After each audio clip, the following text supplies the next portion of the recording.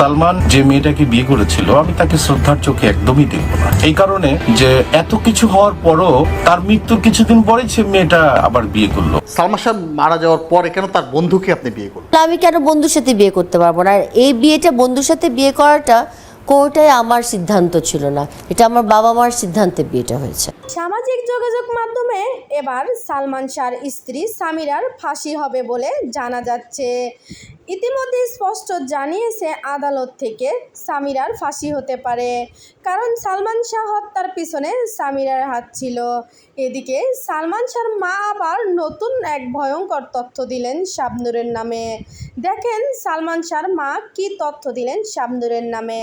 শাবনূরের সাথে বাচ্চা হয়ে গেছে, প্রেগন্যান্সি হয়ে যায়। সালমান শাহর বাচ্চা নাকি শাবনূরের পেটে ছিল, শাবনূরে তা নষ্ট করেছিল। আর এই নষ্ট করার কথা সামিরা জানতে পেরেছিল। সামিরা জানার পরে এটা সহ্য করতে না পেরে ডনকে ভাড়া করে সালমান শাহকে খুন করিয়ে নিল। এ কেমন স্ত্রী, নিজের স্বামীকে কিভাবে খুন করলো। দেখেন বন্ধুরা কি হয় সামনে। ভিডিওটা কেমন লাগলো? যদি ভালো লেগে থাকে লাইক শেয়ার করবেন। পরবর্তী ভিডিও পেতে চ্যানেলটি সাবস্ক্রাইব করে রাখবেন।